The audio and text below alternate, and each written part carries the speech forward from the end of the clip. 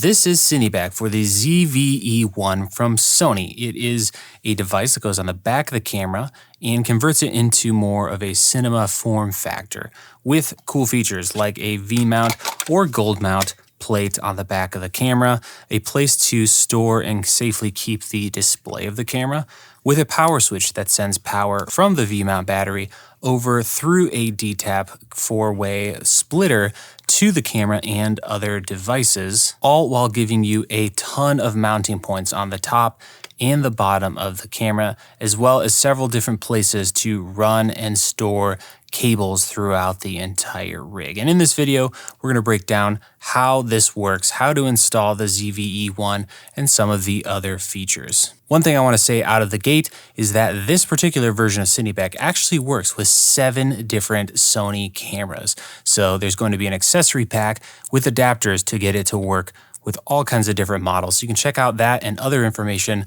on the product page at camerafoundry.com. When it comes to compatibility, the ZV-E1 will only work with the small rig ZV-E1 cage in this version of CineBack. So you can check the product page for the exact model, but we need to get that installed as you see here. Then we're ready to go ahead and prepare CineBack for the ZV-E1. The first thing you're going to need to do is install a foam pad onto the screen side of CineBack as you see right here. Inside of the accessory bag, you will find this pad that you can add and just peel off the paper backing. Go ahead and install it right here. And the reason we don't have it pre-installed is because this version of CineBack actually works with 7 different cameras. So for those people who wanted to add various adapter plates, we left it off. So once you have that installed, you can go ahead and prepare the CineBack for the camera. To get the spacing correct for this cage, we're going to be installing one of our adapter plates. So find the one that is labeled A along with 2 small silver screws, and we'll go ahead and take CineBack and flip it upside down, and we're going to install the adapter plate on the underside of the top plate. And we're going to take it and install it right here with these slits on the left and right lining up with these slits on the top plate. So I'm going to take these 2 silver screws and go ahead and drop them into the countersunk holes like that. And I'll go ahead and screw those in. We don't need to lock it down super duper tight, just enough to hold it from sliding around. If I flip things back over, you can now see that we have those 2 holes lined up with these 2 top slots on CineBack. Next, we're ready to install the camera on CineBack, and for this, we're going to need 3 of these black screws, 1 of the smallest size and 2 of the second largest. With the screen flipped out on the camera, we're going to go ahead and slide it into CineBack. If you feel you need to lift this top plate just a little bit, that's totally fine to get it in there, and it should be slightly friction-y as you see here. Now we can line up the slots with the threads in the camera cage. So you can see those threads down in there, and now we're going to take our 2 longer screws and we'll go ahead and insert those and tighten them down. And I'm not going to tighten them down all the way, we'll just get them almost tight, and I'll flip things over and we'll install the bottom screw on the bottom of the cage. So we'll stick that in there. This one will get nice and snug, and then make sure everything is aligned properly.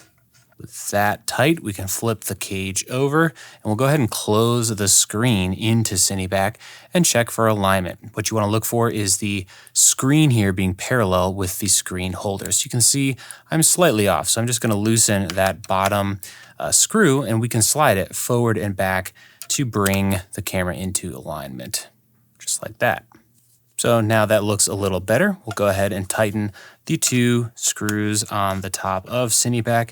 And with that, we have our camera installed. So now we have a screen protector, nice foam. We've got our power to be able to send power from the battery to the D-tap, and things are looking fantastic here. Now let's take a second to talk about powering your camera with CineBack. Depending on the CineBack unit you have, you're going to have a battery plate on the back with a power switch, and then it's going to send power from the battery to these 4 D-taps. From those D-taps, there are several ways to power your camera. The first method is to use what is often called a dummy battery or a battery coupler. This very simply is a D-tap cable that connects to a dummy battery, which is not a real battery, it's just a housing, and that goes in your camera. This is super simple. Power goes from here to here. The only thing you need to pay attention to is to make sure this is converting full voltage from your battery to the correct voltage for your camera. So some of these cables don't do that. That's not good. You want to make sure you get a cable that does. We'll include a couple in the product page for this version of CineBack. There are some people out there, however, that don't want to mess with that, and they go with the second route, which is a great one, and that is power delivery. These devices that we're looking at here take the same DTAP connection, and they go to usually some kind of box or device that converts it down to a power delivery over USB-C. This plugs into most modern cameras and is going to give you plenty of juice. You'll have a battery in the grip of the camera, and this is going to charge and help power your camera with that battery. The nice thing about these is they're a little safer because you're converting the voltage down to something nice and low and safe. And if something goes wrong with this cable, you're going to have the power built into the camera's battery that is in the grip. That said, you really want to make sure you get a good power delivery cable and that you know what's coming out of this USB-C connector, because there are cables on the internet that go from DTAP to USB-C that send the full voltage coming from your battery.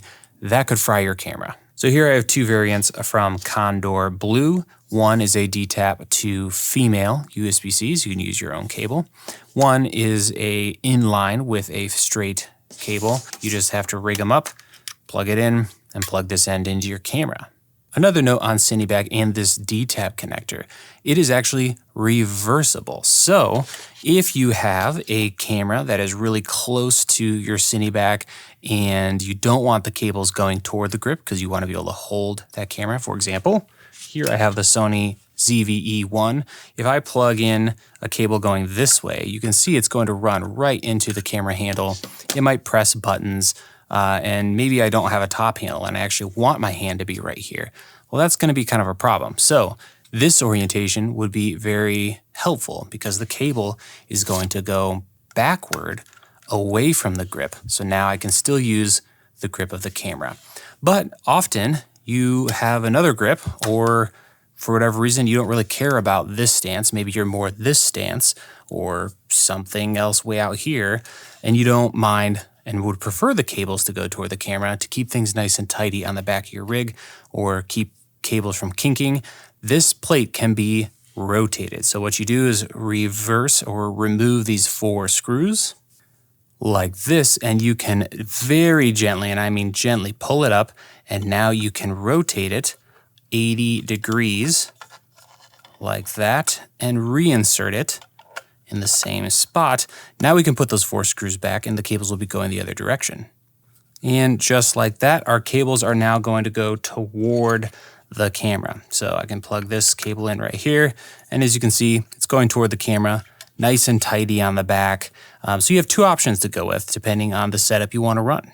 If you're going to use something like a dummy battery or really anything that has cables on this version of CineBack, it's really simple to get things wired up. So I gotta plug it in here, and the excess cable just fits really nicely underneath what we call the vanity plate. And this is removable, so if you want to remove it and stick more cables or flip the whole thing over, flip the screen out, and now you can see we have all kinds of compartments that we can hide cables. And just like that, you now have the ZV-E1 installed in CineBack and are ready to go out and shoot.